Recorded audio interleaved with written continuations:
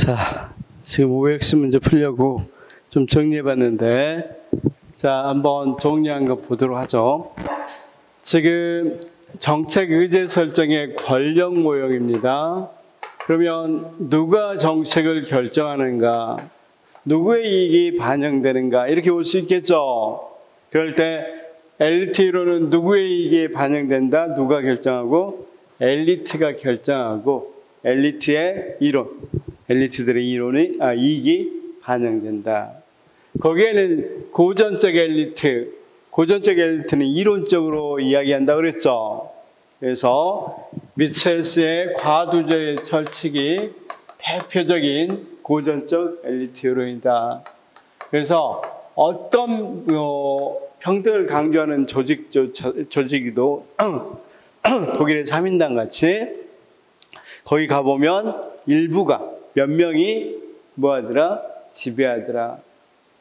과두 철칙. 미국 엘리트 이론에서 헌터는 명성접근법을 사용해서 보니까 애틀란티 시에서 명성접근법을 보니까 명성이 높은 40명들이 거의 기업 엘리트들이다. 그래서 이들이 자신들의 이익을 위해서 자신들의 거의 정책 결정이 기업 엘리트들에 의해서 이루어지더라. 밀즈는 전국 단위로 조사해봤는데 지위를 통해서 어느 정도 지위가 높은 사람들을 보면서 누가 결정하는지를 봤더니 정부, 군부, 기업의 엘리트들이 거의 모든 정책 결정을 하더라. 그렇죠? 자, 신 엘리트로는 자원주의 너네들은 이걸 이제 자원론 달이 공격하니까 달이 어떻게 공격했다 그랬어요? 아니 분야마다 엘리트들이 다 달라지더라. 만약에 경제 분야에 정책 결정을 하려고 하면 경제 엘리트가 나타나지만 스포츠 분야에 정책 결정을 하려고 보니까 스포츠 분야의 엘리트들이 나타나고 과학 분야에 정책 결정하려고 보니까 과학 엘리트들이 나타나고 그럼 결국은 다양한 분야의 엘리트가 존재한다. 결국은 그러면 누구든지 굉장히 다양한 사람들이 자신의 이익을 위해서 결정한다는 것이 돼버리죠. 그 다음에 이런 엘리트들은 뭐가 있다? 경쟁적 선거가 있다. 그러니까 경쟁적 선거라는 건 서로 간에 경쟁을 해갖고 선거를 하는 거니까 우리가 아무리 엘리트들이라 하더라도 자기 뭘 반영할 수 국민들의 의견들을 자기 유권자 의견들을 반영할 수밖에 없죠. 그래서 대중의 의사를 반영할 수밖에 없다. 그렇죠? 그러기 때문에 대중의 의사보다는 이익이 좋겠죠. 대중의 이익을 반영할 수밖에 없겠죠. 그래서 다수의 이익을 반영하는 그런 정책이 나오더라. 그것도 다수가 정책이 결정되더라. 트루만의 이익 집단 이론은 한 집단이 영향력이 크게 가질 수가 없다. 왜냐하면 뭐가 있으니까? 중복성원이 있으니까. 그래서 제가 이런 이야기 했죠. 지금 만약에 어쩌다 교사들이 뿔나 있는데 근데 이 교사들은 그럼 어머니 지금 학부모 단체입니다. 학부모 단체하고 상당히 지금 문제가 있을 수 있겠고 교사 단체가 뭐 어느 정도 이론을 등에고 힘을 얻었다 합시다. 그럼 여기가 더 영향력을 발휘하려고 하는데 교사들 중에서 학부모가 있어 없어? 자기 애들이 있으니까 학부모도 들어가 있어. 그렇게 중복성원이 되면 특정 이익 집단이 크게 힘을 발휘할 수가 없겠죠. 두 집단 다 들어가 있으니까. 그 다음 잠재 집단은 앞으로 들어갈 집단이야. 만약에 교사가 결혼하지 않았다 하더라도 앞으로 뭐가 될 수 있겠어? 학부모가 될 수 있겠죠. 그러면 자기가 일방적으로 자기 교사만 강조하기에는 조금 어렵겠죠. 나도 학부모가 될 수 있는데. 만약에 지금 3살, 4살이 딸이, 애가 있다고 생각해봐. 4살이나 5살 애가 있다고 생각해봐. 지금 중학교 교사, 초등학교 교사라고 하고. 그러면 그 사람 생각은 내년, 전내년에 뭐가 될 수 있겠어? 자신도 학부모가 될 수 있겠죠. 그럼 학부모의 잠재 집단이 될 수 있겠죠. 그럼 서로 간에 어떻게 할 수밖에 없겠어? 서로 간의 영향력을 어느 정도는 통제할 수밖에 없겠죠. 그래서 이 집단 간의 힘이 어느 정도 고르다 이렇게 이야기했단 말이에요. 그래서 이들이 이제 여기를 비판하니까 너네 검증해봤는데, 검증했다고 하는데 이런 것들이 제대로 검증되지 않은 것 같다. 이렇게 이야기한단 말이에요. 그러니까 신엘리트론들이 나와서 이들은 뭘 이야기합니까? 야, 다원주의 니네들은 뭘 몰랐던 거야? 자, 니네들은 결정된 것만 생각하지 결정되기 의제로, 이 사회적 이슈로 떠오르지 못하게 해버리는 그런 거 무의사결정이라고 그러죠. 아예 이야기되지 못하게 해버리는 방법들을 고려하지 않았다. 자, 한번 생각해봐라. 우리가 개발연대 시대에서는 환경이나 노동 문제가 이슈화되도록 했어요, 못했어요? 환경, 노동 문제, 노조가 만들어진 그때 당시에는 우리 60, 70년대 다 잡아가 버렸죠. 그때는 아예 떠오르지도 못하게. 그때 혹시 이게 어딥니까? 청계천 가보시면 전태일 여사 그 동상, 거기 봤어? 동상? 그럼 거기만 보고 갔어? 청계천에서? 안 가셨구나. 미안해요. 거기 가면 그때 당시 굉장히 열악했어요. 그 공장 같은 데가 너무너무 굉장히 오염도 많고 분진도 많은 그런 거기 다락방 같은 데서 지내고 그러다가 노동자의 뭘 위해서 이렇게는 노동자가 개같이 못 살겠다 해서 일어난 게 분신해버려요. 자기 몸을 불살라버린다고. 그 전에도 얼마나 많은 것들이 아예 이 일이 일어나기 전까지는 아예 사회적 이슈가 되지 않았단 말이에요. 이렇게 만든 게 누구다? 엘리트들이다. 봐라. 그러면 이 신엘리트 주정자들은 이렇게 못하는 거, 아예 못 나오게 하는 걸 뭐라고 그런다? 무사결정이라고 한다. 이렇게까지 이야기한단 말이에요. 이해됐죠? 그러니까 이런 말을 하니까, 그러니까 권력은 두 얼굴 갖고 있다 이거죠. 하나는 자기 이익을 위해서 제정하려고 하는 부분이 있고, 하나는 자기가 손해볼 거, 이익이 침해될 것 같으면 아예 못 나오게 하는 것이 있는데, 이익이 제정하는 부분에 있어서는 그러니까 약자를 위해서라도 어느 정도 법을 제정하는 측면도 있긴 하다. 그렇지만 너네가 진정 권력을 행사하는 이렇게 결정되지 못하게 하는 것은 네가 관가했다. 이렇게 이야기한단 말이에요. 그러니까 신다원주의는 그래, 네 말이 어느 정도는 맞긴 하다. 그런 게 있다는 거 어느 정도 이해가 되는 거고. 따라서 여러 가지 분석을 해보니까 기업가 집단, 이익 집단 중에서 기업가 집단의 영향력은 되게 크더라. 인정한다. 단 기회는 뭐 하더라? 이익 집단 간에서 기회는 어느 정도는 동등하더라. 이렇게 이야기했다 그랬죠. 그 다음 국가가 여기 둘에서는 국가가 완전히 뭐다? 어느 정도 중립적이고 수동적이라고 생각했는데 이익집단들이 다 협상하고 타협할 수 있도록 뭐 해주는 거? 그냥 어느 정도 뒤에서 뒷바라지만 해준 정도라고 생각했는데 그게 아니라 어느 정도 국가도 능동성을 갖고 있더라. 이걸 이야기한단 말이에요. 이게 신다원주의하고 이런 두 가지의 일반 다원주의하고 차이다. 이렇게 이야기할 수 있겠고, 그 다음 조합주의는 어떻다 그랬어? 조합주의는 국가 측면에서는 이제 능동적일 뿐만 아니라 주체적이고 자율적이더라. 국가가. 그쵸? 자, 조합주의에서 국가 측면은 누굴 비판했어? 마르크스주의를 비판했다고 그랬죠? 마르크스는 자본가들이 자신들의 이익을 위해서 국가를 뭘로 만들었다고 그랬어? 꼭두각시로 만들어서 조정한다고 그랬죠? 그럼 꼭두각시는 어때요? 시키는 대로 하는 거니까 굉장히 소극적이고 수동적이죠? 조합주의는 천만에 국가는 굉장히 주체적이고 자율적이라고 이야기합니다. 그래서 그 다음에 이익집단도 여기 다원론에서 말하는 이익집단은 무슨 집단, 여기 A 집단, B 집단, C 집단 이렇게 굉장히 다원적이라고 생각하는데 그것도 좀 가정이 이상하다. 한번 봐라. 우리나라만 하더라도 민주노총이 있고, 그쵸? 그 산하에 금속노조, 그 다음 건설노조, 뭐 무슨 노조 굉장히 많이 있다고 그랬죠? 그 밑에, 자, 인천지부에서도 무슨 또 나눠져, 미추홀구, 주, 이런 식으로 또 나눠져 있죠?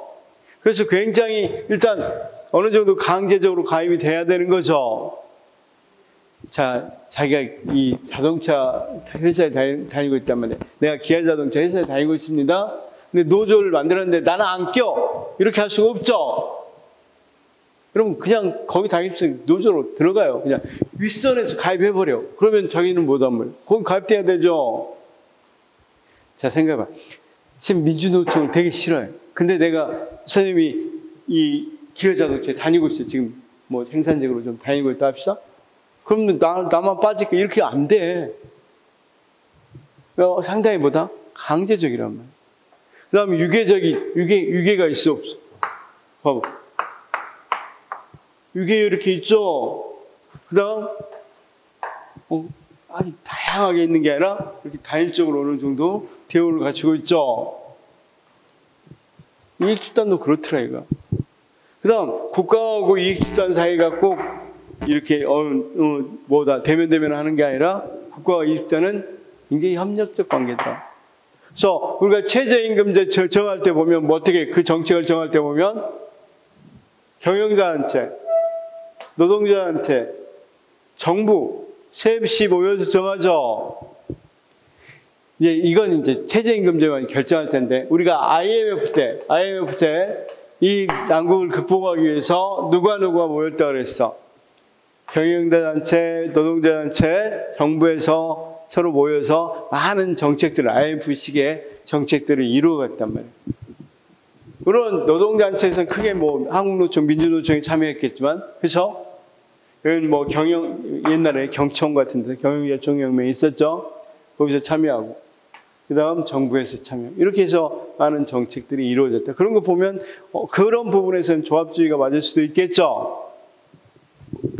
자, 그래서 이 권력 모형 누가 맞다 이렇게 말하기는 좀 곤란하죠. 지금 단계에서는.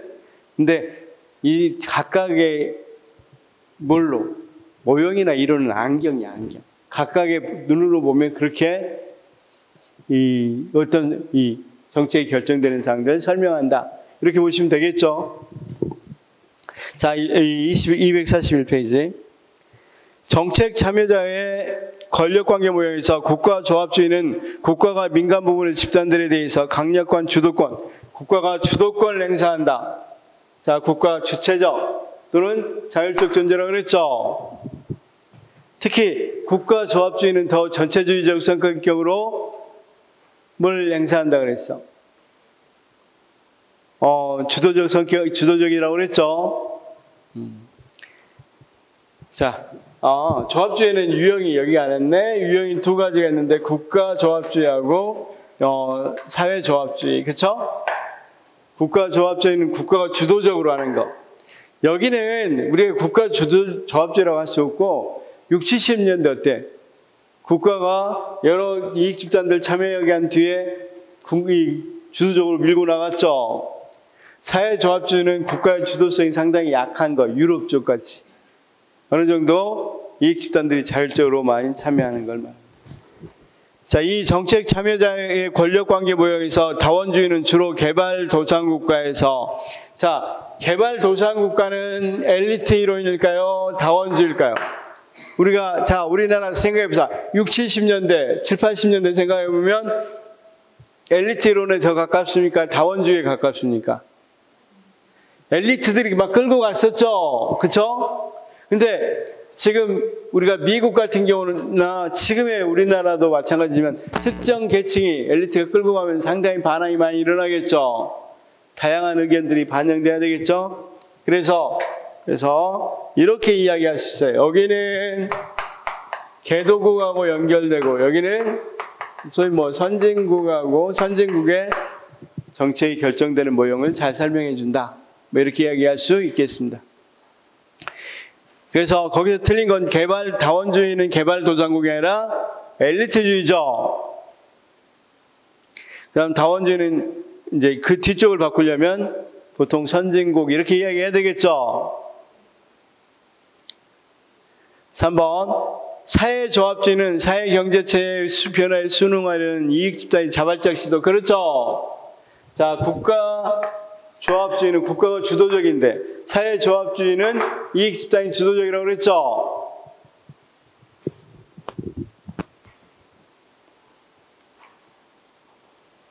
자, 쌤 239페이지 보면 국가조합주의하고 사회조합주의에 대해서 나와 있죠.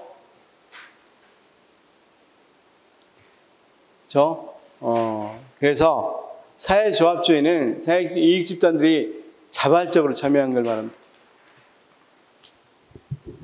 여기 봐봐. 조합주의는 국가와 이익집단 간의 사이라고 그랬는데 국가가 주도적인 역할을 하면 국가조합주의, 이익집단이 주도적인 역할을 하면 사회조합주의 이렇게 부른단 말이에요. 그렇죠? 단 이들은 어느 정도 협력 관계라고 그랬습니다. 자, 그 다음 4번. 정책 참여자와 권력관계에서 다원주의는 이익집단 간의 영향 차이를 인정하지만 전반적으로 균형이 유지되고 있다는 입장을 지닌다. 특히 신다원주의는 뭐라고 그랬어? 어느 정도 이익집단 간 영향 차이가 있다고 그랬죠. 특히 누구의 기업집단의 영향력 차이를 인정한다고 그랬죠. 그렇지만 전반적으로는 균형이 유지되고 있다고 보죠. 5. 정책 과정에서 행위자 사이의 권력관계 이론에서 헌터는 지역사회 연구를 통해 응집력과 동료의식이 강하고 협력적인 헌터 봅시다. 헌터. 자, 여기입니다. 헌터. 여기. 자, 뭐가 틀렸습니까? 거기까지는 맞죠, 지금? 동료의식이 강하고 응집력이 강하다. 이것까지 맞죠? 자, 그런데 뭐가 틀렸어요? 협력적인 정치 엘리트가 아니라 기업 엘리트라고 그랬죠. 문제는 그렇게 좋은 문제는 아니죠. 이런 걸 틀리게 하는 건 좋은 문제 아닙니다. 그렇지만 어차피 뭘 구별해야 되니까. 공무원 시험이 상대평가다 보니까 구별해야 되겠죠. 그래서 넣을 수밖에 없는 거. 그래서 여기 이런 것도 시험에 나와요. 기업 엘리트. 그 다음 정책 과정에서 행위자 사이의 권력관계 이론에서 무사결정론은 여기입니다. 이제 무사결정론은 권력을 가진 집단은 자신들에게 불리하거나 바람직하지 않다고 생각하는 특정 이슈들이 정부 내에서 논의되지 못하도록 봉쇄한다고. 맞죠? 7번. 정책 과정에서 행위자 사이의 권력관계 이론에서 다원론을 전개한 다른 뉴헤븐 씨를 대상으로 한 연구에서 정책 결정을 담당하는 엘리트가 분야별로 다른 형태를 보인다. 자, 다릅니다. 다양한 분야의 엘리트가 있다고 그랬죠. 그렇죠? 그리고 분야별로 다른 형태를 보일 수밖에 없겠죠. 그 다음 8번. 정책 과정과 행위자 사이의 권력관계 이론에서 신다원론에서는 집단 간 경쟁의 중요성은 여전히 인정하면서 집단 간 대체적 동등성 개념을 수정하여 특정 집단이 다른 집단보다 더욱 강력할 수 있다는 점을 이제 신다원주의, 특정 집단이 다른 집단에다 더 영향력을 행사한다는 걸 인정한다고 그랬죠. 자, 그 다음 9번. 정책과정 설명 이론에서 현대 엘리트로는 국가가 소수 지배자와 다수 피지배자로 구분되기 어렵다. 말이 안 되죠. 엘리트 이론은 기본 전제가 뭡니까? 소수가 다수를 지배한다고 생각하는 거죠. 그래서 9번은 틀렸고. 10번. 정책과정을 설명하는 이론으로 공공선택론은 사적 이익보다는 집단 이익을 위한 합리적 선택에 초점을 둔다. 자, 이런 뜬금없는. 자, 공공선택론 봅시다. 공공선택론은 인간과는 뭐였다고 그랬어? 합리적 경쟁인이라고 봤고, 그쵸? 자, 합리적 경쟁인이고, 공공선택론이 접근한 건 방법론적 개체주의라고 그랬죠. 개인의 합의, 시그마가 사회 전체적인 행동으로 된다고 그랬죠. 그럼 결국은 공공선택론에서는 사적 이익보다는 집단 이익을 합리적 선택에 위한 합리적 선택이 아니라 무슨 일? 개인의 이익을 추구하는 존재로 봤죠. 그렇죠? 따라서 틀렸고 집단 이익보다는 사적 이익이죠. 11번 정책 과정을 설명하는 이론은 다원주의 이론은 정부 정책을 다양한 행위자들 간의 협상과 중요한 말이죠. 협상과 경쟁. 정책 과정을 설명하는 이론은 조합주의 이론은 정책 과정에서 국가의 역할이 소극적 제한. 자, 여기 자 조합주의에서 국가의 역할이 뭐였어? 주체적이고 자율적이라고 그랬죠. 자, 13번 정책 의제 설정 과정에서 정책 문제에 대한 통계 지표 오류는 바람직한 의제 설정을 어렵게 한다. 뭐 다양한 소리니까 넘어가도 되고. 정책 의제 설정 과정에서 크랜스는 선출직 지도자들이 공장 공해 등 전체적인 문제에 민감하게 반응해서 이를 정책 의제화한다고 한다. 자, 이건 좀 뜬금없는 소리죠. 여기하고 좀 안 맞는 지문이 들어왔었는데 그냥 이렇게만 알아두십시오. 이 공장 공해 같은 경우는 수혜자는 뭐야?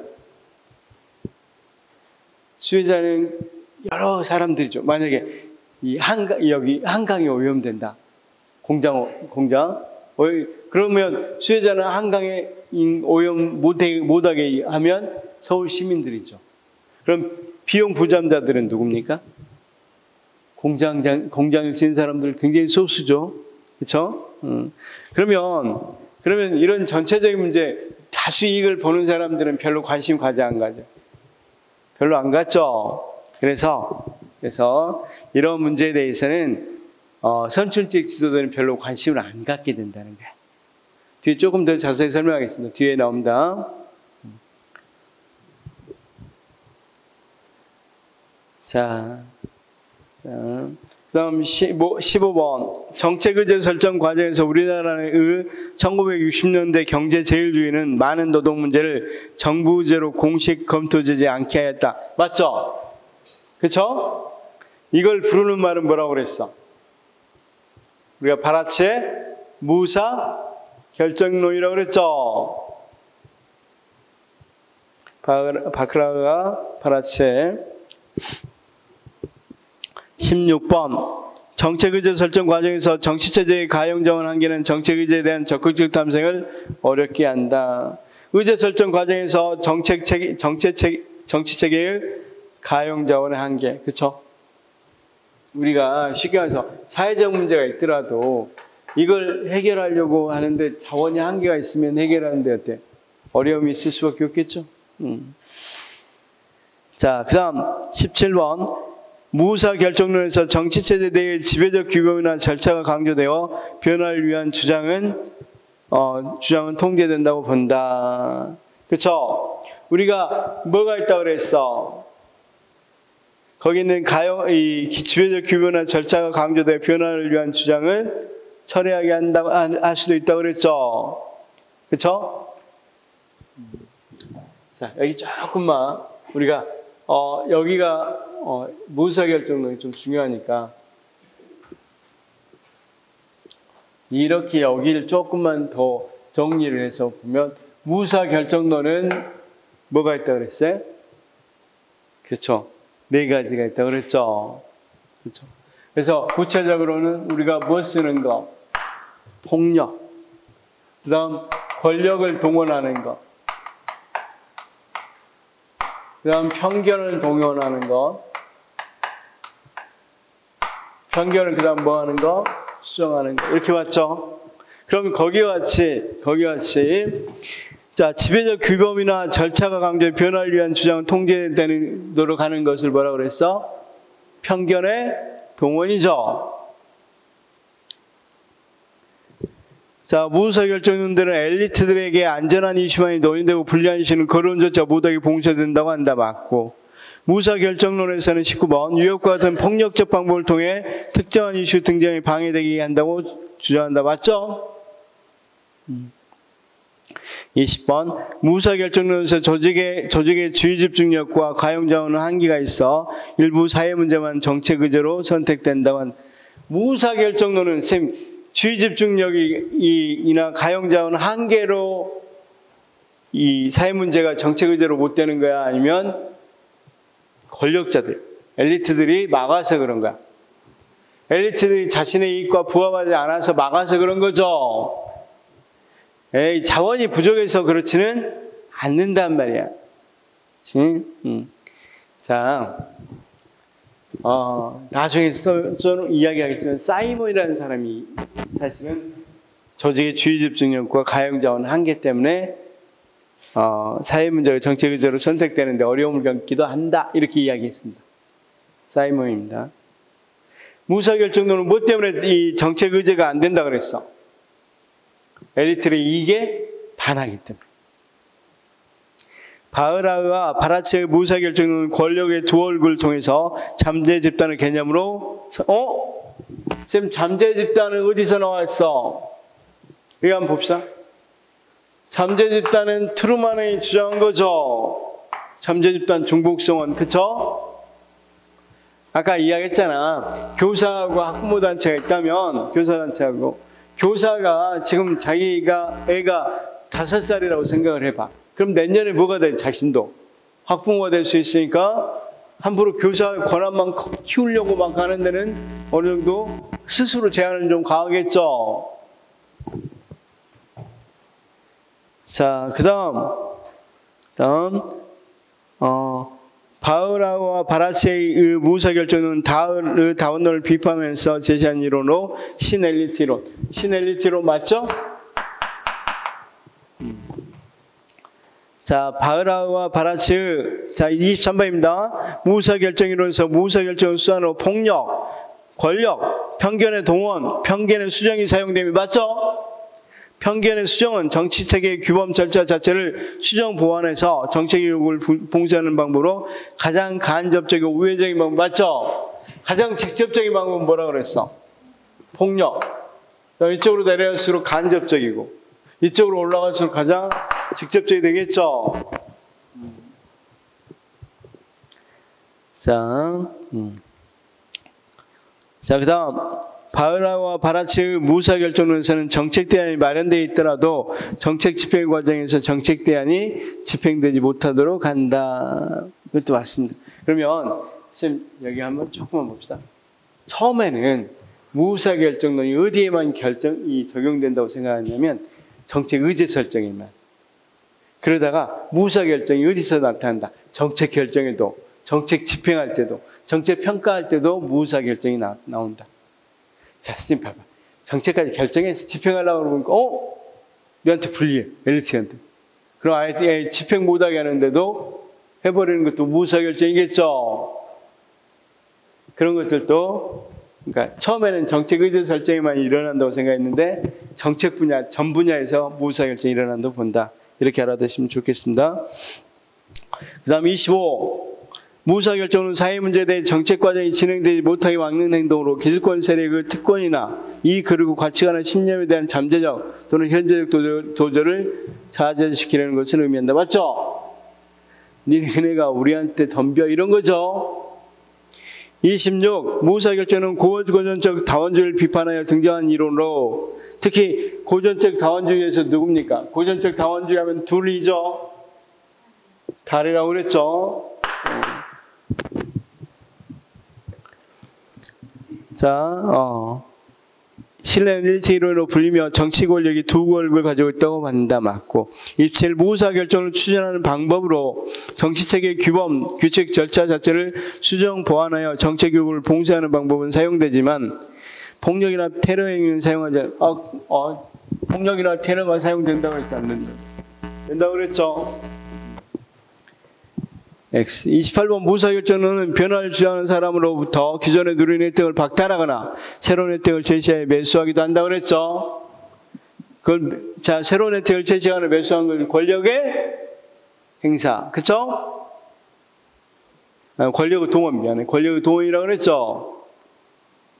29. 신엘리트 이론은 엘리트들에게 안전한 유심원을 논의하고 불리한 문제는 거론조차 못하게 봉쇄하는 무사 결정론과 밀접하게 연결되어 있다. 사실 무사 결정론이죠.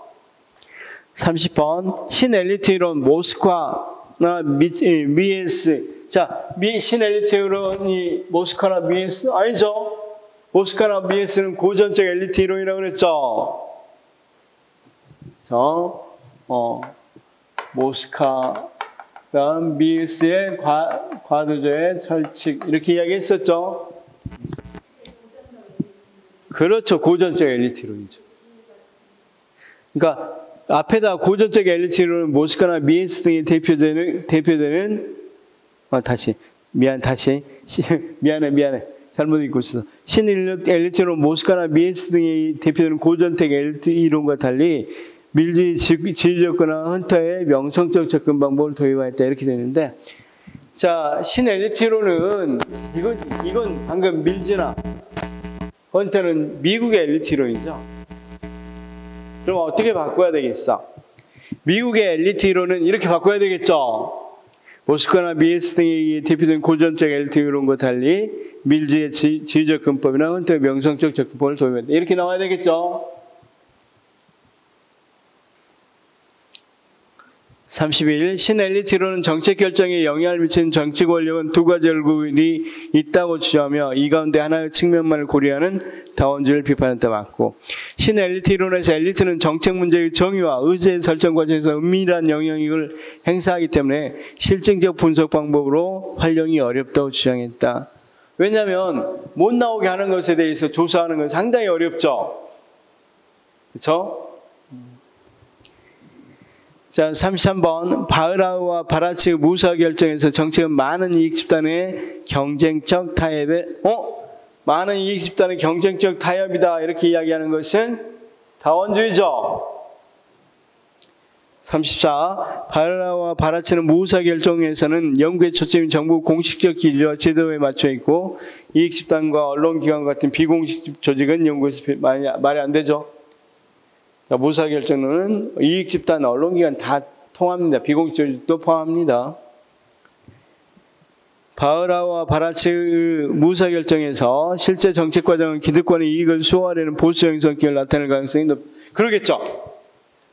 기득권 층이 자신에게 이익이 반하면 아예 이슈화되기도 못하게 한다 그랬죠. 36. 바흐라우와 바라츠의 무사 결정론에서는 정부가 단독으로 정책을 결정 집행하는 게 아니라 시장 및 시민사회 등과 함께한다. 말이 안 되죠, 이것도. 자, 무사 결정론은 아예 이슈화되지 못하게 하는 걸 말한다 그랬죠, 기득권층에. 바흐라우와 바라츠의 무사 결정은 후기 산업화 단계에서 고용주 연합과 노동조합은 더 이상 이익 집단이 이론으로 남아있지 않고 국가와 함께 지배기구로 편입되어 국가 정책을 만드는 데 큰 영향을 끼쳤다. 자, 바흐라우 바라츠의 무사 결정론이 아니라 우리가 조합주의죠. 그 앞에 조합주의는 후기 산업화 단계에서 이렇게 하면 되겠죠. 38번. 헌터의 명성 접근법은 지역사회 권력 구조를 실증적으로 연구함으로써 사회적 명성이 있는 소수자들이 결정한 정책을 일반 대중이 수용한다고는 입장이다. 이건 맞습니다. 그래서 37번은 X고 38번은 O인데 잘못 표기됐네요. 37번 X, 38번 O, 그쵸?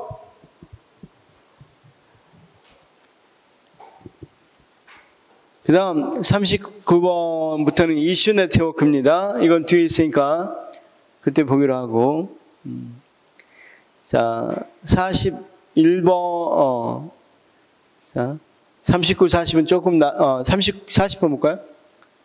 39번 동그라미만 쳐놓으시고, 공공이익 집단론은 공익을 주장하는 집단의 이익이 우선시되는 것을 핵심 개념으로 하는 것으로 이는 엘리트 이론에 대한 반발로 제기된 이론이다. 공공이익 집단은 공익을 집단의 이익이 우선시돼야 된다는 것을 핵심 개념으로 하는 것으로 이는 다원주의, 고전적 다원주의에 대한 반발로 제기되는 겁니다. 공공이익 집단론도 지문에 하나 나왔는데 이건 뒤에 조금 설명할 거니까 이건 별표만 쳐놓으시면 됩니다. 41. 신다원주의는 정부가 능동적 전문적 지위로 인한 정경유착 가능성을 인정하고 이를 방지하기 위해서 정부기구에 정부유착 방지하려면 정부기구가 집권화돼야 돼, 분권화돼야 되겠어? 분권화돼야 되겠죠. 정책 참여자 간의 관계에서 다원주의는 개인 차원에서 정책 결정에 직접적 영향력을 행사하게 아까 이익 집단 차원에서의 영향력 행사가 쉽죠? 개인이 하기는 어렵죠? 그래서 거기 42번도 X죠. 개인 차원이 아니라 집단 차원입니다. 43번. 정책 참여자 간의 관계에서 조합주의는 정책 결정에서 정부보다 적극적인 역할을 인정하고 이익 집단 간 상호 협력을 중시한다. 적극적인 역할. 그쵸? 주체적이고 적극적인 역할. 그 다음 국가 이익전 협력적 관계. 맞죠? 정책 결정자 관계에서 엘리트주의는 권력은 다수의 집단에 분산되어 있지 않으며 소수의 힘 있는 기관에 집중되고 기관의 영향력 역시 일부 고위층에 집중 맞고 45번부터 46번까지는 역시 또 뒤에 나올 이론인데 여기서 했으니까 넘어가겠습니다. 자, 47번부터 다원주의론은 기본적으로 집단과정 이론과 다원적 권력관계 이론 크게 구분되는데 이들 이론의 공통된 다원주의 주요 특성으로는 이익 집단들 간의 경쟁은 정치체제 위주의 순기능이라고 본다. 그렇죠? 자, 이들 이익 집단을 경쟁을 하기 때문에 대중의 이익을 반영할 수밖에 없죠. 48번 다원주의론은 기본적으로 집단 과정 이론과 다원주의 권력 이론 크게 구분되는데 이들 이론의 공통된 다원주의의 주요 특징으로는 권력의 원체인 특정 세력에 집중되어 있는 것이 아니라 각기 분산된 불공평성을 띈다. 이것도 맞습니다. 다원주의론은 기본적으로 집단 과정 이론과 다원적 권력 이론은 크게 구분되는데 이들 이론의 공통된 다원주의 주요 특징으로 이익 집단들 간의 상호 경쟁적이지만 기본적으로는 게임의 규칙을 준수해야 하는데 합의를 하고 있다. 이것도 맞고 다원주의 이론은 기본적으로 집단 과정 이론과 다원적 권력 이론 크게 구분되는데 이들 이론의 공통된 다원주의의 특성으로 다양한 집단은 정부 정책 과정에 동등한 접근 기회를 가지고 있으며 이익 집단들 간의 영향력 차이가 있음을 인정하자. 아까 영향력 차이가 있음을 인정하는 경우 인정한다고 그랬죠.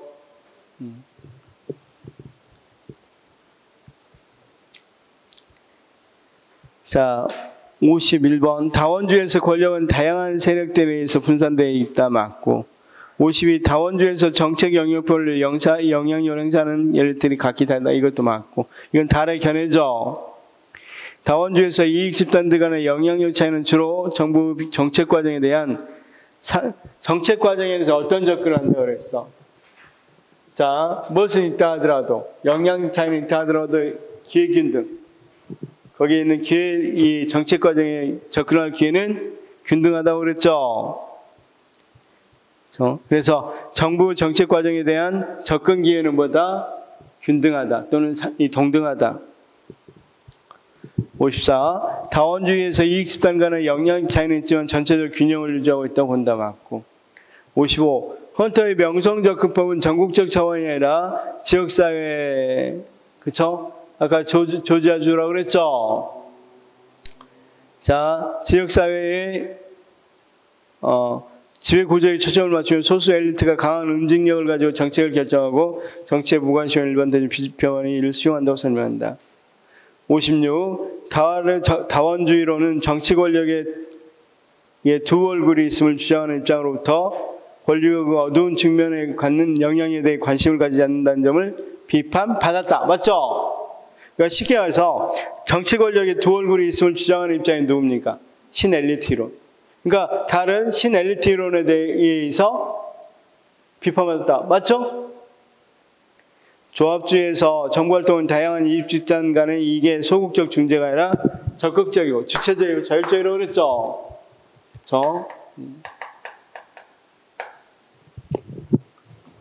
자, 그 다음 조합주의에서 이익 집단은 단일적이고 유계적이다. 맞죠? 자, 조합주의에서 정부는 사회적 공공공선을 달성하기 위해서 주요 이익 집단과 우호적 협력 관계. 자, 이익 집단과 협력 관계라고 그랬죠, 조합주의는. 그 다음, 조합주의에서 이익 집단은 상호 경쟁보다는 국가에 협조함으로써 특정에 의해서 자신의 요구를 정책 과정에 투입한다. 맞죠? 협조한다고 그랬으니까. 조합주의에서 각 사회의 구성 단위 이익 집단은 단일성, 경계성, 유계성, 그 다음, 강제성, 비경쟁성. 맞죠? 우리가 이렇게 유계를 가지면 경쟁할 필요가 없잖아. 단일하면 경쟁이란 말이 안 나오잖아. 그렇죠? 60위 조합주에서 각 구성단위는 제한된 범주 내에서 개서적인 유상을 가지고 있으며 조직 전체적 유계적 맞죠? 아까 봤다시피 조합주에는 각 구성단위 지도자의 선출과 요구 표명이 있어 국가의 통제를 수용하는 대가로 해당 범위 내에서 이익 대표권을 얻는다. 그러니까 시가에서 노동자 대표권을 얻었죠. 그렇죠? 노동자한테서 이런 식으로 이익 대표권. 조합주에서 정부의 권은 개인의 집단의 이익을 중립적인 입장에서 조정하는 중립적인 게 아니라 적극적이라고 그랬죠. 주체적이고 자율적이라고 그랬죠. 그래서 조합주에서 국가를 틀리게 하는 말로 소극적 또는 중립적 이런 말들은 틀리죠.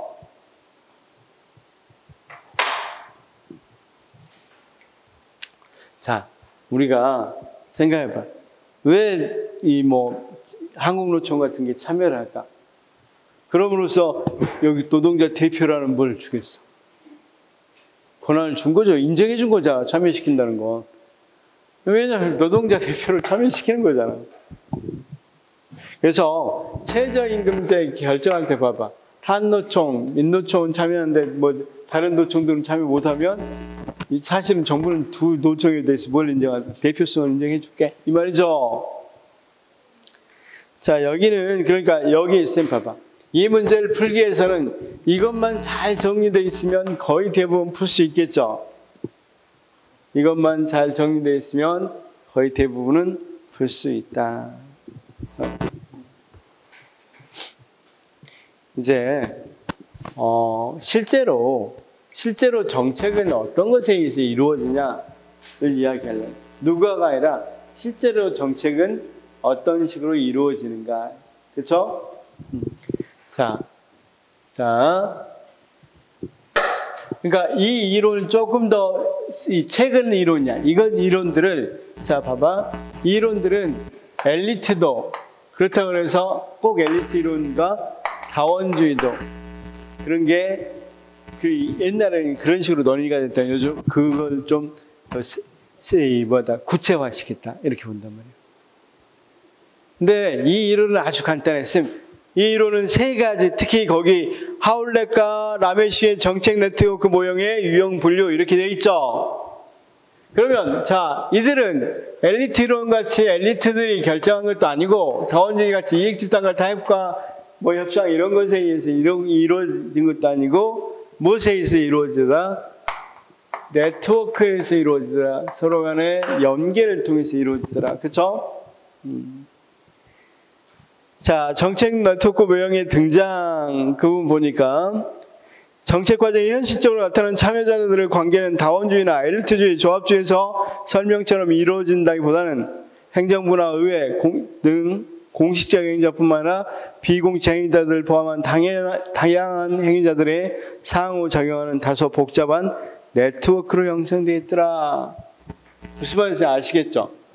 네트워크. 그러니까 이들은 우리가 앞에 이야기한 것들이 현실적으로는 그렇지 않더라. 그렇죠? 네트워크. 자, 우리가 한번 보면 이건 간단히 설명해서 이런 겁니다. 제일 먼저 나온 게 하위정부 이론입니다.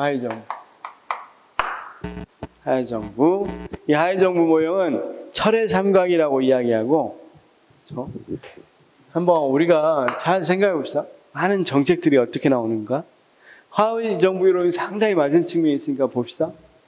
하위정부는 의회의 상임위원, 각각 3인이자 우리가 보건이나 복지와 관련된 정책을 한다고 합시다. 보건과 복지와 관련된 정책을 할 때 어떻게 일어나는지 봐봐. 의회에 그러면 보건복지상임위원회 있겠죠. 거기 의원도 있고 보좌관들이 있겠죠. 자, 그럼 여기는 이제 관료, 행정관료인데 보건복지부 직원,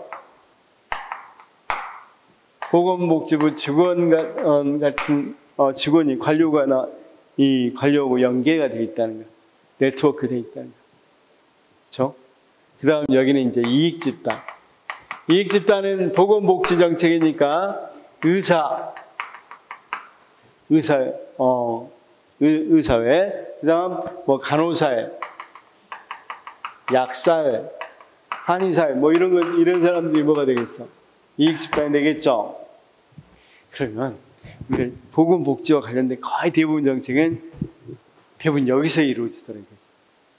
의회 상임위원회하고, 그 다음 관료, 그러니까 보건복지부 직원, 그러니까 보건복지부 직원이라고 하죠. 보건복지부의 관료에서. 그 다음, 이익집단들 3장에 의해서 결정되더라. 하위정부로. 그렇죠? 그래서 거기 보니까 하위정부 안에서 쭉 나와있죠. 상임위원회 또는 분과위원회, 행정부처, 그리고 이익집단이 형성된 정책 네트워크로 자율성, 안정성이 높아 마치 무슨 정부와 작은 정부와 같다 그래서 하위정부라고 부른단 말이에요. 소정부와 같다고 해서 하위정부라는 용어가 사용되며 행정부 수반의 관심이나 영향이 적은 분배 정책 분야에서 집중적으로 나타나는 형태다. 하위정부와 같은 의미로 사용되는 개념이 그러면 왜 분배 정책에서 나타나냐면 이들은 주로 분배 정책에서 아주 잘 나타나는 분배 정책에서 잘 나타나는 유형이더라. 그래서 일단 복지 정책 같은 경우도 일단 이렇게 분배하려고 할 때 그런 정책들이 있죠. 그렇죠? 특히 여러분 봐봐. 국토관리부 같이 SOC 사업 같은 거 할 때 그럴 때 이런 것들이 많이 형성되더라고요. 자, 여기까지 뭔 말인지 알겠죠? 그러면 대강만 이야기. 하위정부가 이렇게 결정되더라 하니까 이제 나오는 순서들 한번 이야기해 보겠습니다. 이슈 네트워크라는 게 나옵니다. 순서는 뒤쪽에 있습니다. 근데 시기 순으로는 이슈 네트워크가 먼저 나왔어요.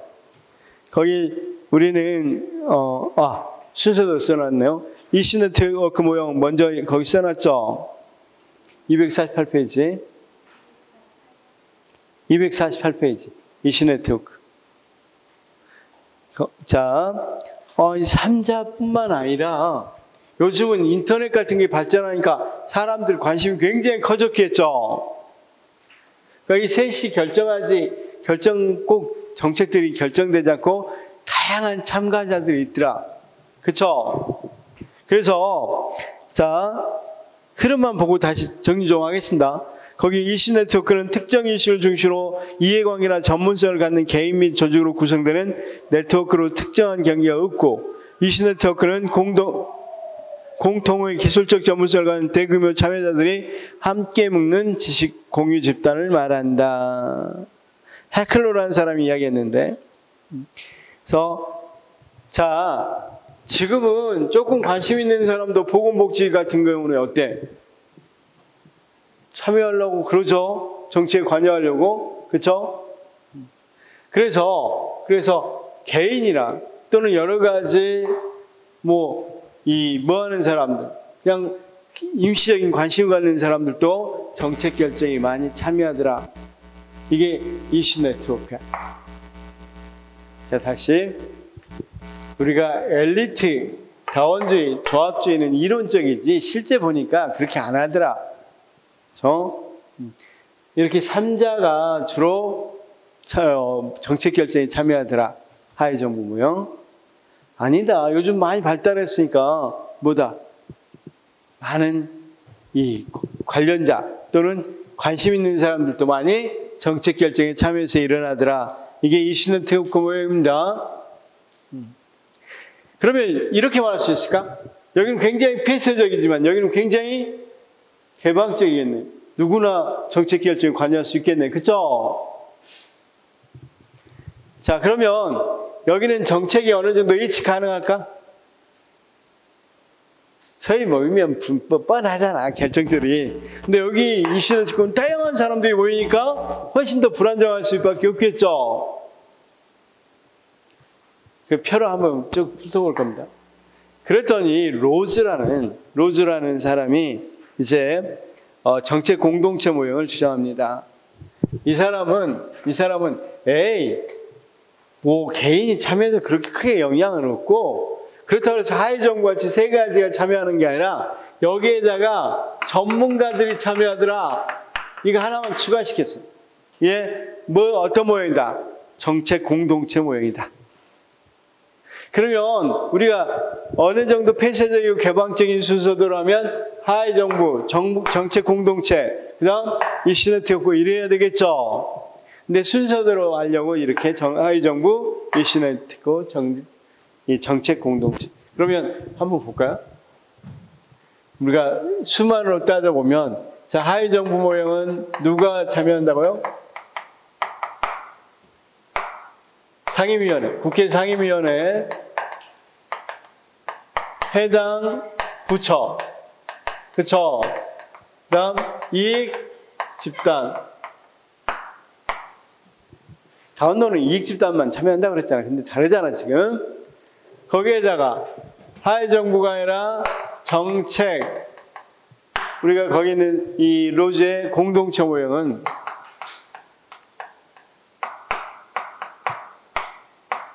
상임위원회 해당 부처 이익 집단 플러스 뭐가 참여한다? 전문가. 우리가 여러 정책할 때 뭐 전문가인 사람들 많이 모아놓고 국회에서 뭐 하기도 해? 그렇죠. 토론 같은 것도 하기도 하죠. 전문가죠. 자, 정책. 그 다음 이슈 네트워크는, 자, 이런 지금 정책 공동체 모형 플러스 다수의 참여자, 이렇게 말할 수 있겠어, 없겠어? 그래도 굉장히 많은 참여자들이 있다. 이렇게 정리할 수 있겠죠?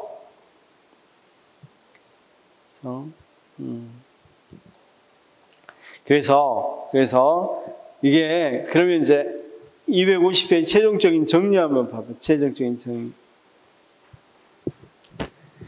하정부 이슈 네트워크 정책 공동체에서, 자, 참여자, 여기는 어떻다 그랬어? 서로 이 상호작용을 통해서 정책이 결정된다고 그랬죠? 250페이지.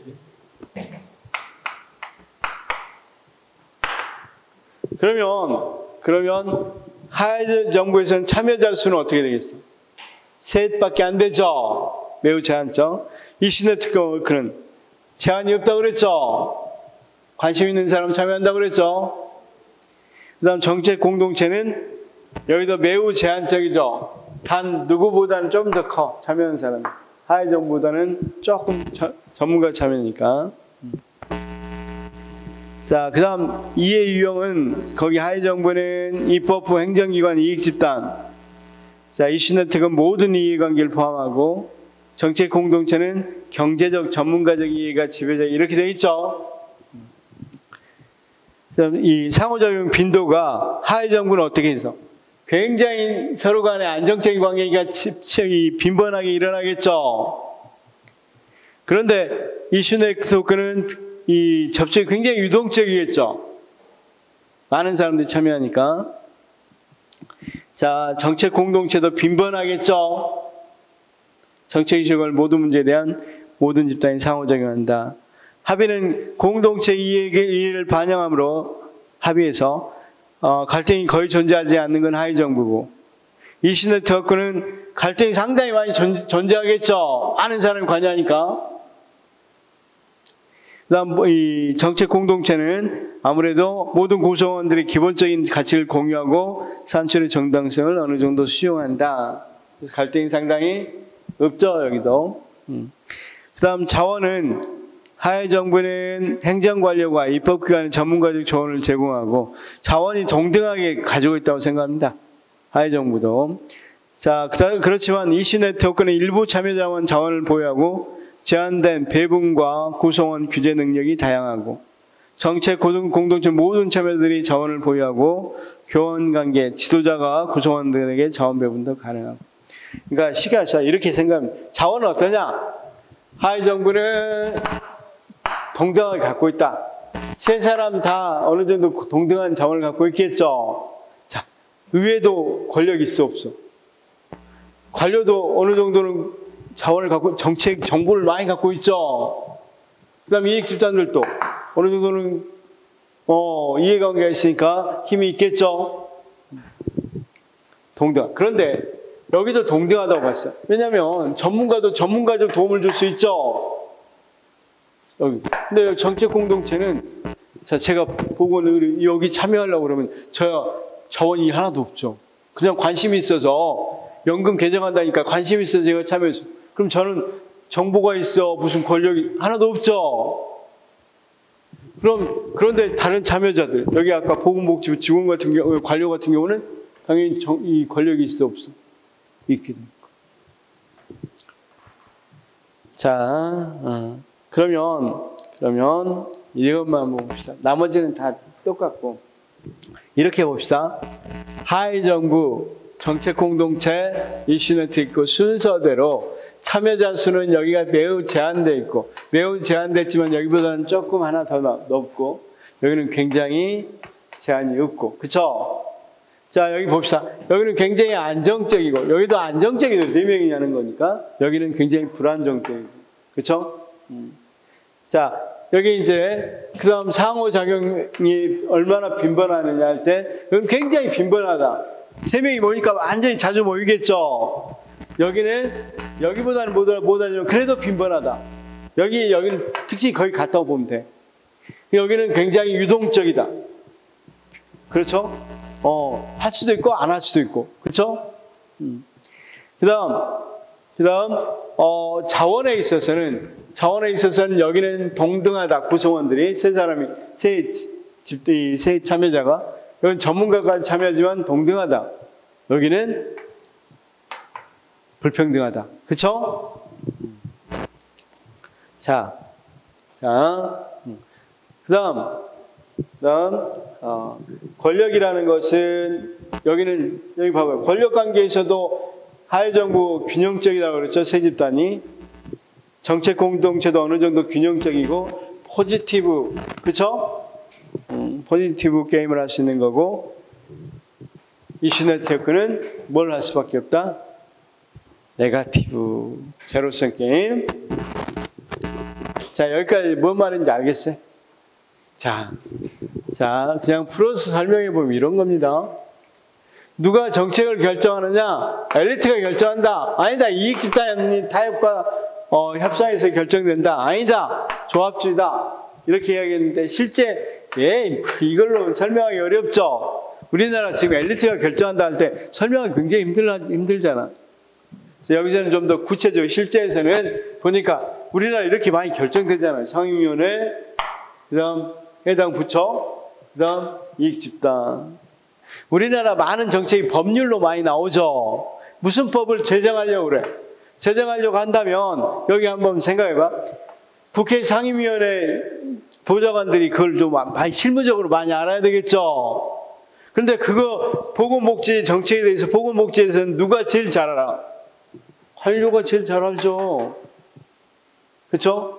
근데 이거 정책이 이게 법률이 되면 가장 이 호불호가 또는 이 유불리가 결정될 사람이 누구야?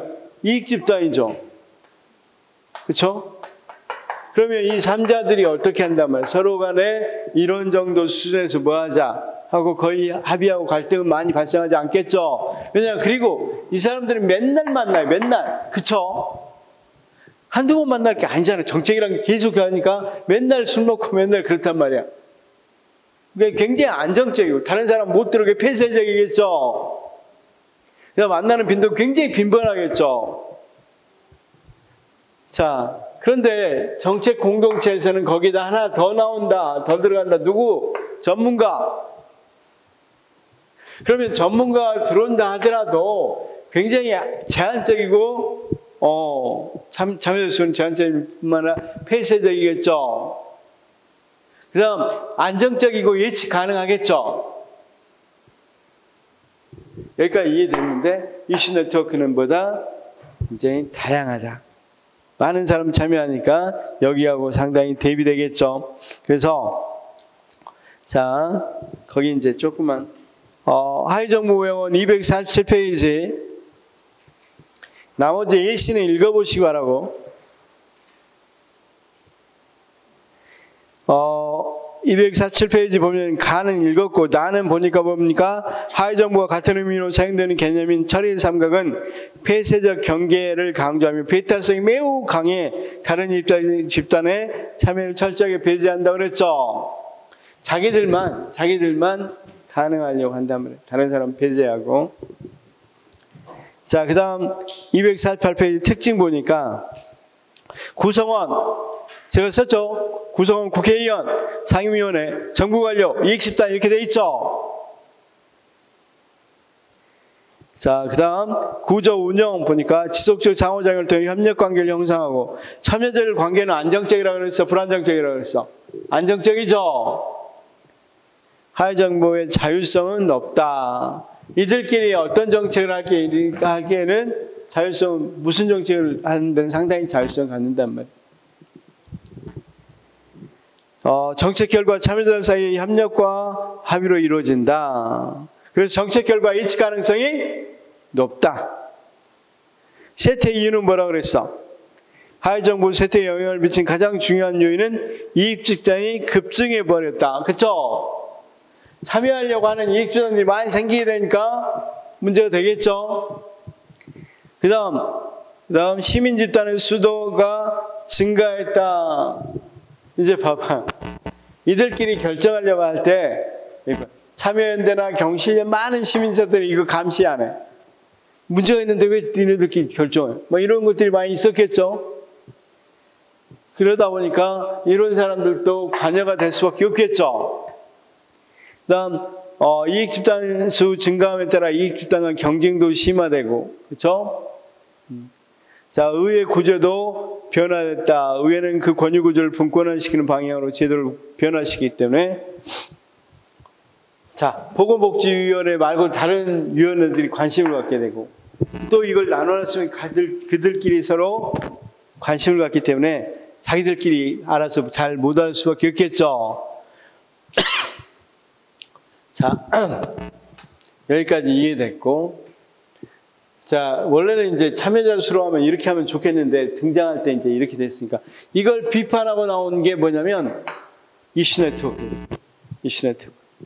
거기 대표적인 학자로 해클로가 대표적인 학자고, 거기는 보니까 이슈 네트워크는 특정 이슈를 중심으로 이해관계나 전문성을 갖는 개인 및 조직으로 구성되는 네트워크로서 특정한 경계가 없다. 이슈 네트워크는 공통의 기술적 전문성을 가진 대규모 참여자들을 함께 묶는 지식 공유 집단이다. 해클로는 하위정부를 비판적으로 검토하면서 정책 이슈를 중심으로 유동적이며 개방적인 참여자들 간의 상호작용 현상을 묘사하기 위해서 대안적 모형을 제안했고, 폐쇄적 삼각관계만을 보는 경우 정부 결정에 미친 영향이 더욱 커지고 있는 상당히 개방적인 사람들의 네트워크를 놓치게 될 것이다. 그렇죠? 그럼 이런 네트워크 속성은 뭐냐? 단순하게 분하고 분명해져 있는 하위정부 경계와는 달리 이시 네트워크 경계는 가시하기 어렵고 잘 적용이 되지 않는다. 참여자의 진입 및 퇴장 매우 쉬운 편이며 네트워크 경계를 찾는 것도 거의 불가능하다. 우리 보면, 자, 이번에 묻지마 폭행이 있습니다. 이것을 정책을 하려고 할 때 어떻게 하냐? 의회 관련 상임위원회, 그다음 정부에서 이것과 관련된 관련된 법무부로 합시다. 그다음 이를테면 이 이익집단, 이거 관련된 이익집단이 있고 이런 이익집단들이 참여를 한다고 합시다. 여러 가지 이익집단이 있으면 여기 세 개가 관여를 할 때 우리도 관심이 있어 없어? 국민청원 같은 걸로 해서 관심 있는 사람들 많은 의견들을 표명해야 안 표명해? 표명할 수 있겠죠. 시민단체들도 여기에 관여해야 안 해? 관여할 수 있겠죠. 그러면 이 많은 것들이 이슈에 따라, 그런데 이 이슈에는 관심이 있는데, 자, 오염수 방류 문제, 이건 좀 그렇고 다른 문제를 한번 봅시다. 다른 문제가 있는데 다른 문제에 대해서 우리가, 자, 의경 만든다고 그랬죠. 관심 있어요? 우리 쌤 군대 갔다 왔으면 관심 있다고 해줘. 쌤 관심 있어? 의경을 다시 만든다.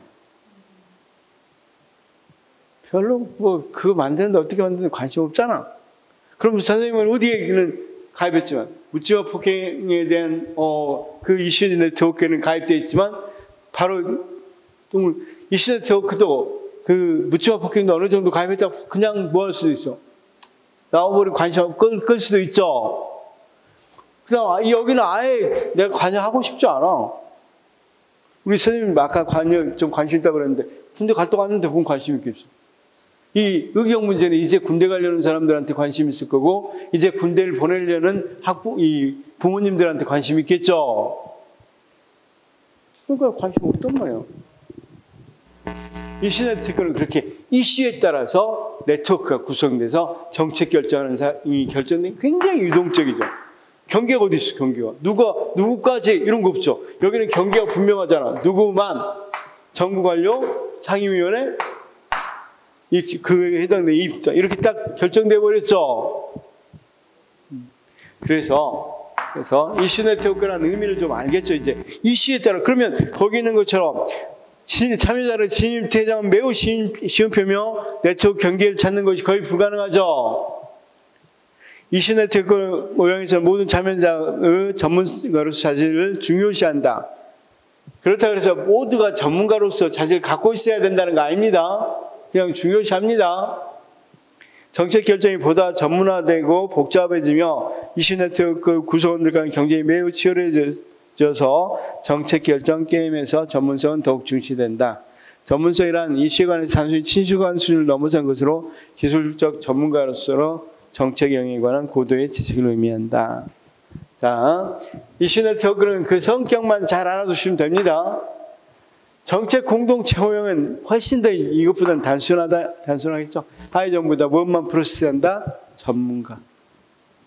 그래서 정책 공동체는 로즈에 의해서 추천되었다. 로즈는 정책 네트워크를 자원의존을 토대로 상호 연결된 조직의 클러스터 또는 복합제로 정의된다.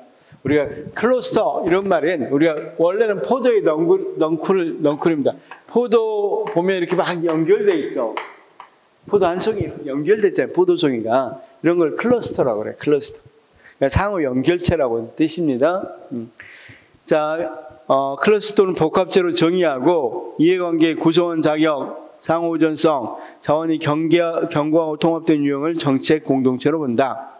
정책 공동체는 대부분 정책 결정이 하위정부에서 이루어지는 보는 점에서 하위정부 모형과 유사하나 주요 정책 과정의 참여자로 누구를 넣었다는 점, 전문가 등을 하위정부에 포함했던 점에서 차이를 보인다.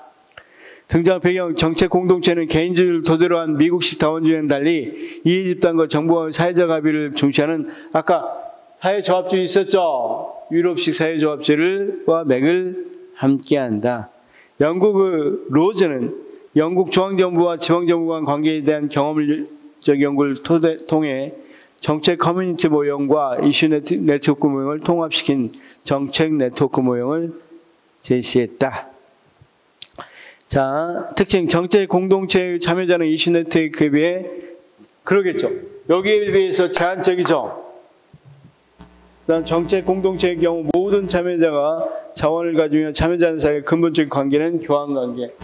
자, 누구도 상임위원회도 관료도 이익집단도 전문가도 전부 다 자원을 갖고 있다고 그랬죠.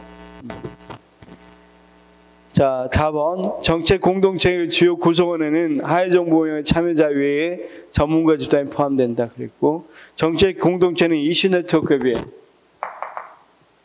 비교적 폐쇄적이고 안정적이고 지속적. 그렇죠? 여기까지 이해가 됐죠? 여기 시험 문제 간단히 여기와 관련된 OX만 풀고 식사하도록 하겠습니다. 간단히 OX 문제만 풀고. 자, 뒤에 가서 이슈 네트워크 간단히 풀려고 그랬는데 문제가 굉장히 많습니다. 그래도 빨리빨리 읽어가 보겠습니다. 이건 별로 어렵지 않으니까. 254. 1번 정책 네트워크 유형별 특징에서 처리 3과목에서는 이익집단, 관련 행정부처, 그리고 위의 위원회가 연합하여 실질적 정책 결정이 이루어진다고 봤다. 처리 3과, 지워버립니다. 그쵸? 상임위원회, 관료, 이익집단. 그쵸? 그 다음, 정책 네트워크 유형별 특징에서 하위정부 모형은 처리 3각 모형의 경험적 하위정부 모형이 처리 3각이라고 그랬죠? 같은 말이라고 그랬죠?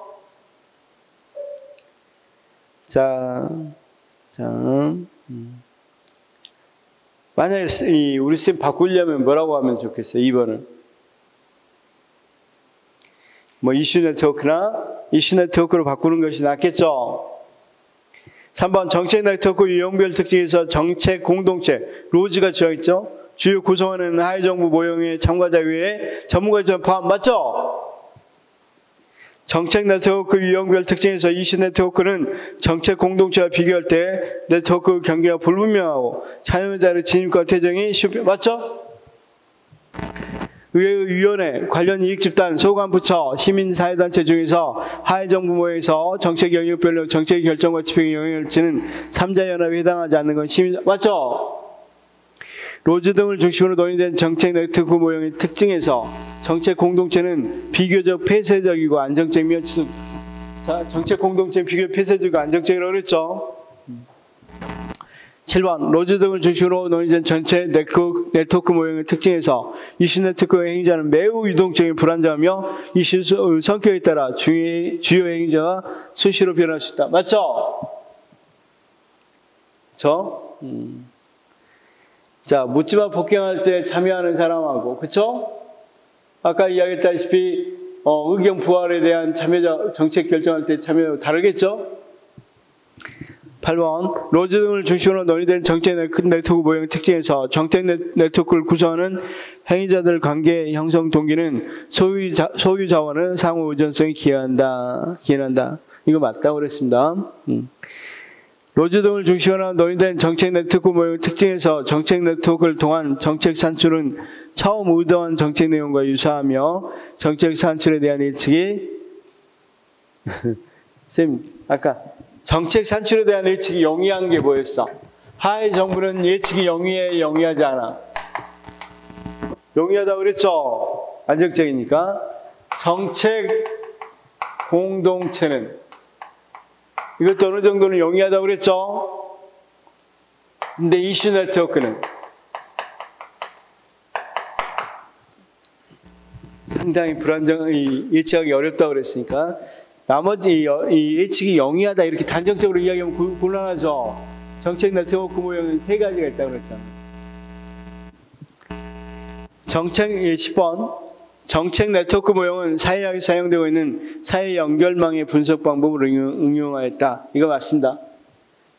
이게 이 사람들은 어떤 연구 방법을 통해서 연구를 하냐면 사회 연결망 모형, 사회 연결망 모형의 일환인데 이런 거야. 우리 혹시 우리 선생님들 그러니까 이런 거야. 학교에서 소시오메트리라는 거 해봤어, 안 해봤어? 소시오메트리. 사회성 측정법. 이런 거야. 자, 학교에가 20명 정도 학생들이 있다면, 30명 정도 있다면, 친한 친구 2명만 이름 적으라 그래. 그럼 A와 B, C, 화살표로 나타내라 할 수 있겠고. 그러면 A는 이렇게 하고, B는 이렇게 하고, 뭐 여러 가지 이렇게 나올 수 있겠죠? 이런 것들을 활용한단 말이에요. 그러면, 자, 봐봐. 이제 정책을 결정하는 사람들 중에서 정책을 결정할 때 누구랑 상의했냐? 관료한테 물어보니까, 나 상임위원회하고 상의했는데? 상임위원한테 물어보니까, 나 관료하고 뭐 이렇게 이익집단하고 상의했어. 그럼 관료도 이렇게 상의했어. 이익집단도 나 여기하고 상의했는데? 그럼 이건 뭐가 되겠어?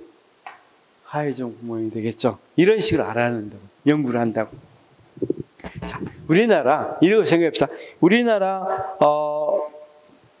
어떤 거, 여러 가지 정책들 중에서, 뭐랄까.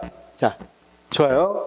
우리나라 여러 가지 정책에서 농산물 정책이 어떻게 결정되는가? 그럼 농산물이 결정되는 사람들을 모아놓고 이렇게 물어보면 뭐가 있어? 누가 결정했는지 나오겠죠? 근데 여기다가 이렇게 나오면 하위정부 모형인데 여기다가 나는 전문가하고도 상의했는데 교수님 초청에 상의했는데 여기서도 이야기하고 여기서도 그런 이야기하게 되면 뭐가 있어? 정책 공동체가 A라는 정책은 정책 공동체 모형으로 훨씬 설명이 잘 된다. B라는 정책은 사람들이 별로 관심이 없어서 이 사회적 모형으로 잘 된다. C라는 정책은 보니까 굉장히 사회적으로 이슈가 되는 정책이야. 그렇죠? 그러면 그건 뭐가 있어? 이슈 네트워크로 훨씬 설명이 잘 되겠죠. 자, 아까 우리 지난번부터 슈퍼컴퓨터 도입 문제 같은 거 생각해봐. 슈퍼컴퓨터 도입 정책이 결정됐어요. 그런데 국민들 관심이 있어 없어? 없으면 그 정책은 사회적 모형으로 가는 게 훨씬 더 뭐하겠어요? 설명이 쉽겠죠. 그 다음 조금 더 전문성이 있는 것이 있다면 거기 뭐로 더 쉽겠어? 정책 공동체. 아예 사회적 이슈가 크게 돼 있는 것은 이슈 네트워크가 훨씬 더 잘 설명할 수 있겠죠. 이 말이야, 이 말. 이해됐어요? 설명. 질문. 우리 쌤 날카롭게 질문 잘하시잖아. 질문 좀 해봐. 없어? 그럼 완전히 이해됐다고 생각이 돼요? 예, 되셨습니다. 11번. 정책 네트워크 모형은 참여자 간 교우작용 속에서 형성된 연계가 중요하고 참여자, 비참여자를 구분하는 경계가 있다. 참여 안 하는 사람들 경계는 있는데, 자, 뭔 말이냐면, 이슈 네트워크는 경계가 없다고 그랬지 않습니까? 이렇게 하는 게 아니라, 경계는 있는데, 경계를 어디까지 한정할지가 모르겠다죠. 자, 다시 한번 봐봐, 쌤. 야, 여기는 경계가 분명하죠? 사회적 모형. 그쵸? 여기도 경계는 분명하죠? 근데 여기는 경계가 모호하다는 것은, 그런데 자, 봐봐. 이건 있죠? 아까 이 의경에 관한 정책을 할 때 참여할까요? 참여한다고 합시다. 근데 선생님 참여 안 해. 그럼 참여자와 비참여자는 분명히 있는 거죠. 단 그 경계가 어딘지 우리나라 정책할 때 누구까지 어떻게 해야 될지는 상당히 모호하다는 거죠. 그렇죠? 자, 그 다음 12. 정책 네트워크 모형의 해클로는 하회정부 모형에 대한 비판적 입장에서 이슈 네트워크 모형을 맞죠? 해클로. 정책 네트워크 모형에서 하회정부 모형을 행정수반에 관심이 약하거나 영향력이 적은 아까 무슨 정책? 분배 정책이라고 그랬죠? 분배가 아니라 14번. 정책 공동체와 이슈 네트워크 비교해서 참여자가 법인 측면에서 정책 공동체는 제한적, 폐쇄적인 데 비해 이슈 네트워크는 광범위 개방적에 맞고, 정책 공동체와 이슈 네트워크 비교해서 참여자의 권한, 자원 측면에서 정책 공동체는 모든 사람이 자원 권한을 가진 교환적 관계인 데 비해 이슈 네트워크는 일부만 권한 자원을 소유한 배타적 관계. 맞죠? 자, 일부만 권한 자원을 소유한 배타적 관계이죠. 16번. 정책 공동체와 이슈 네트워크 비교해서 행위자 간 관계 측면에서 정책 공동체는 의존적, 협력적, 정합 게임인 데 비해 이슈 네트워크는 경쟁적, 갈등적, 영합 게임입니다. 그쵸? 제로섬 게임. 왜 봐봐. 우리 지금 의경 정책 같은 경우는 찬성하는 사람도 있고 반대하는 사람도 있겠죠. 지금 하도 치안이 그러니까 의경이라도 빨리 부활해서 뭐 해라. 조금 치안을 관리해라. 이렇게 할 수 있는 부분은 찬성할 거고. 지금 만약에 부모를 두고 있는 사람들, 군대 갈 부모를 두고 있는 사람들 의경을 뽑혔다가 흉악범들 앞에 나서라는 거잖아. 그럼 또 불미한 사건이 일어날 수 있으니까 반대한다. 이렇게 할 수도 있겠죠. 그럼 결국은 찬성하든 반대하든 제로섬 게임이 될 수 있겠죠. 어떤 사람은 손해보고 어떤 사람은 이득 볼 수밖에 없겠죠. 자, 그 다음 16번. 정책 공동체와 이슈 네트워크 비교해서, 이거 했고 17번. 정책 공동체와 이슈 네트워크 비교해서 정책 산출 측면에서 정책 공동체는 정책 산출 예측이, 쉽다고 그랬죠? 예측이 어느 정도 용이하다고 그랬고, 이슈 네트워크는 의도한 정책 산출 예측이 곤란하다. 이렇게 했죠? 예측 가능성이 여기는 용이하고, 여기는 어렵다고 그랬잖아. 다음 정책 환경 상황에서 있는 이슈는 모형은 이슈 네트워크 모형이다. 제로섬 게임, 자원과 접근의 불균형, 진입과 퇴장의 비효율 자유롭다. 이슈 네트워크죠. 하회정부, 정책 공동체, 이음매 없는 조직, 정책 문제망 중에서 정책 네트워크 유형으로 가장 거리가 먼 것은 이음매 없는 조직이다. 맞죠? 이건 나중에 탈관료제 모형으로 나옵니다. 조직론에서. 이렇게 있다는 것만 알아두십시오. 그냥. 정책 공동체는 다양한 행위자들이 참여하여 개방적이다. 정책 공동체가 개방적입니까? 이슈 네트워크가 개방적이라고 그러죠. 자, 21. 정책 공동체에서 참여자들 사이의 권력 배분은, 정책 공동체에서는 참여자들의 권력 배분이 동등하다고 그랬죠. 정책 공동체는 지속적 안정적 결과에 일치 가능성이 높다 맞고, 정책 공동체에서는 참여자들 간의 공동의식이 약하며 접촉 빈도는 공동체 의식도 약하고 접촉 빈도가 유동적인 것은 이슈 네트워크. 정책 관련 모형에서 이슈 네트워크 모형에서는 참여자들 관계를 고정적이고 이슈 네트워크는 유동적이고 가변적인 협력관. 그죠? 25. 정책 관련 모형에서 하회정부 모형에서는 정책 결정이 참여자들 사이의 협상과 합의에 의해 이루어진다고 본다. 하회정부 맞죠? 정책 관련 모형에서 정책 지지 이 연합 모형은 이거 아직 안 배웠어요. 26분 넘어가도 돼요. 27번. 정책 관련 모형에서는 정책 공동체 모형에서는 공동체 구성원들이 정책 문제의 해결 방안을 둘러싸고 갈등을 일으킬 수 있다고 본다. 자, 그렇죠. 우리가 하회정부 모형은 갈등이 비교적 적지만 정책 공동체 모형에서는 어느 정도 갈등이 일어날 수도 있다고 봅니다. 갈등이 거의 상존하다 그러면 이슈 네트워크겠죠. 근데 여기는 일어날 수도 있다 이렇게 보는 거죠. 28. 정책 네트워크에서 정책 공동체 참여자는 하회정부에 비해서는 정책 네트워크에서 정책 공동체는 일시적이고 느슨한 형태. 이건 이슈 네트워크죠. 자, 바꾸면 정책 공동체는 지속적이고 안정적이라고 그랬죠. 30번. 정책 네트워크에서 이슈 네트워크는 비교적 소수의 엘리트들이 협력하여 특정한 형이 말이 안 되죠. 다수가 참여하고 다수의 이해관계자들이 참여한다고 그랬죠. 31. 정책 네트워크에서 하위정부의 주된 참여자는 정부 관료, 선출직 직원, 이익집단이다 맞고. 30. 정책 네트워크 참여자는 정부뿐만 아니라 민간 부분까지 포함한다. 그렇죠. 다 포함해서 이야기한다고 그랬죠. 대표적으로 이익집단은 민간 부분이잖아. 정책 네트워크에서 정책 공동체에 비해서 이슈 네트워크는 제한된 행위자를 정책 과정에 참여하여 경기의 개방. 이슈 네트워크는 제한된 행위자들이 아니라고 그랬죠. 개방되어 있다고 그랬고 개방성이 굉장히 높다고 그랬습니다. 제한이 없는 행위자들입니다. 제한을 안 둡니다. 행위자에. 34번. 정책 네트워크에서 해클론은 하회정부를 비판적으로 검토하면서 정책 이슈를 중심으로 유동적인 및 개방적인 참여들 간의 상호적인 현상을 묘사하기 위한 대안적 모형이다. 맞죠? 정책 네트워크에서 하위정부는 선출직 의원, 정부 관료 그리고 이익집단 역할을 맡고 정책 참여자 관계에서 정책 공동체는 또 계속해서 기출질문이 나오죠. 지속적이고 안전한 형태라고 그랬습니다. 그리고 이제 라는 점에서 이슈 네트워크 공통점이 아니죠. 차이점이죠. 그러니까 바꿔서 이야기하면 이렇게 하면 되겠죠. 정책 참여자 관계에서 정책 공동체는 지속적이고 안정적 형태의 집합체라는 점에서 이 이슈 네트워크가 차이점을 가진다. 이렇게 써야 되겠죠. 37. 정책 참여자 관계에서 다원주의 정부는 우선은 집단들 간의 조정자 역할, 심판적 역할을 할 것으로 기대한다. 맞고. 정책 참여자 관계에서 이슈 네트워크는 참여자 간의 상호 의존성이 낮고 불안정하며 상호 간의 불평등 관계 맞고.